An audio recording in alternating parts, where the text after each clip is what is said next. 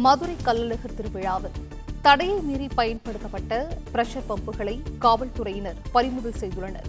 கூடுதல் விவரங்களை செய்தியாளர் ராஜ்குமார் வழங்க கேட்கலாம். ராஜ்குமார், வணக்கம். இது குறித்த விவரங்கள்.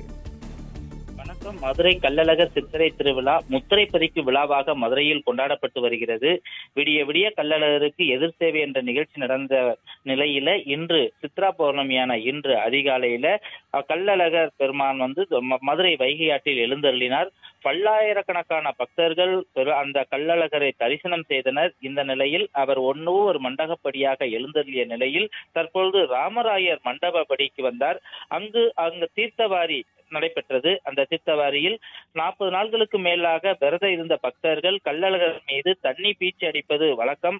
அதுபோல் இன்று தண்ணி பீச்சி அடித்து கள்ளழகரை வரவேற்று வேண்டுதலை நிறைவேற்றினர். அப்படி வேண்டுதலை நிறைவேற்றும் போது அவர்கள் தடையை மீறி தீர்த்தவாரிக்கு பிரஷர் பம்பு பயன்படுத்தியதாக ஒரு குற்றச்சாட்டு எழுந்த நிலையில் காவலர்கள் அங்கு தண்ணி பீச்சடிக்கக்கூடிய பக்தர்களை கண்காணித்தனர். அதில் பிரஷர் பம்புகள் வைத்து பயன்படுத்திய அந்த பிரஷர் பம்புகளை உடனடியாக பறிமுதல் செய்தனர்.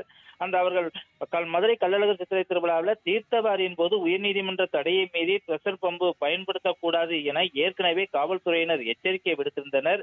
இருந்த போதிலும் கூட விசை பம்புகளை பயன்படுத்திய பக்தர்கள் அவர்களுடைய போலீசார் கண்காணிப்பில் ஈடுபட்டு சுமார் 10க்கும் மேற்பட்ட அந்த பிரஷர் பம்புகளை அவர்கள் பறிமுதல் செய்ததோடு பக்தர்களுடைய பெயர் மற்றும் விவரங்களையும் போலீசார் கேட்டு பெற்றுக் கொண்டனர்.